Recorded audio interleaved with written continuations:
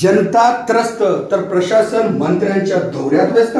पावसाने दिलेल्या तडाख्याने अनेक गावे जलमय झालेली आहेत। निसर्गाच्या कोपाला तोंड देणाऱ्या शेतकऱ्यावर या पुरामुळे स्वतःचे घर आणि जीवही वाचविणे जिकरीचे बनले आहे। आधीच अनेक संकटांनी त्रस्त असणाऱ्या शेतकऱ्यावर हे एक मोठे संकट ओढावलेले आहे।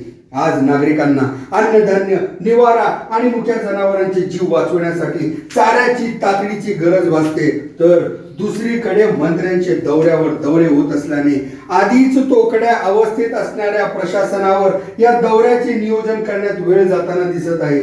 त्यामुळे खरंच प्रशासन मदतीत व्यस्त आहे की मंत्र्यांच्या दौऱ्याचे नियोजन करण्यात व्यस्त आहे, हा प्रश्न सर्वसामान्य पडताना दिसत आहे।